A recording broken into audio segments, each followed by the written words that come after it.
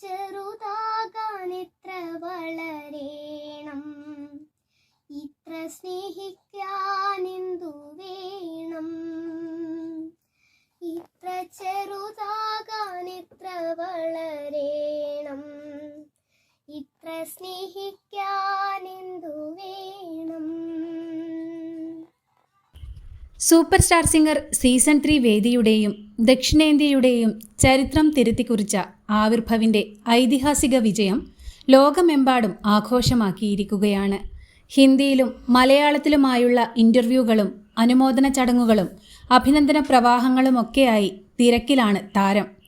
ഒരു reality show മത്സരാർത്ഥിയുടെ വിജയം എന്നതിനപ്പുറം ഭാഷയുടെയും ദേശത്തിൻ്റെയും പ്രായ ജാതി മത ലിംഗവർഗ ഭേദങ്ങളുടെയും അതിർവരമ്പുകൾക്കുമപ്പുറം ലോകമെമ്പാടുമുള്ള സംഗീത കലാസ്വാദകർ ഒരേ മനസ്സോടെ ആവിർഭവിൻ്റെ ചരിത്ര വിജയം ആവേശവും ആഘോഷവുമാക്കിക്കൊണ്ടിരിക്കുകയാണ്. 7-ാം വയസ്സിൽ സപ്തസ്വരങ്ങളുടെ രാജാവ് എന്ന് പ്രശസ്ത കൊറിയോഗ്രാഫർ ഗീതാ കപൂർ വിശേഷിപ്പിച്ച ആവിർഭവിലെ മ്യൂസിക് ജീനിയസിനും കംപ്ലീറ്റ് എൻ്റർടൈനർ എന്ന് വിളിക്കാവുന്ന രസകരമായ സംസാരവും ഡാൻസും അഭിനയവും മിമിക്രിയും വഴങ്ങുന്ന സകലകലാ വൈഭവത്തിനുമപ്പുറം ലോകത്തിലെ ഏറ്റവും ബെസ്റ്റ് സ്മൈലാണെന്ന് സൂപ്പർ ജഡ്ജ് നേഹ കാക്കർ വിശേഷിപ്പിച്ച വശ്യമായ പുഞ്ചിരിയും ഭൂകമ്പ് പെർഫോമൻസ് കാഴ്ചവെച്ച മറ്റ് മത്സരാർത്ഥികൾക്കൊപ്പം ചേർന്ന് ചുവട് വെച്ച് ആഘോഷിക്കുന്ന നിഷ്കളങ്കതയും അച്ഛനും അമ്മയും ചേച്ചിയും അടങ്ങുന്ന കെട്ടുറപ്പുള്ള കുടുംബത്തിൽ നിന്നും പകർന്നു കിട്ടിയ നിസ്വാർത്ഥമായ സ്നേഹവുമൊക്കെ ചേർന്ന അനിർവചനീയ പോസിറ്റിവിറ്റി കൂടിയാണ് ആവിർഭവിൻ്റെ സ്വന്തം വീട്ടിലെ കുഞ്ഞിനെ എന്ന പോലെ ജനഹൃദയങ്ങളിലേക്ക് അലിഞ്ഞു ചേരുന്ന അപൂർവ പ്രതിഭാസമാക്കി മാറ്റുന്നത്. വിജയാരവങ്ങൾക്കിടയിൽ ഇരട്ടി മധുരമെന്നോണം ആവിർഭവിൻ്റെ ജീവിതത്തിലെ സവിശേഷമായ ഒരു പിറന്നാൾ ദിനം കൂടി വന്നെത്തിയിരിക്കുകയാണ്. ഓഗസ്റ്റ് 17-ന് ആവിർഭവിൻ്റെ ജന്മദിനമാണ്.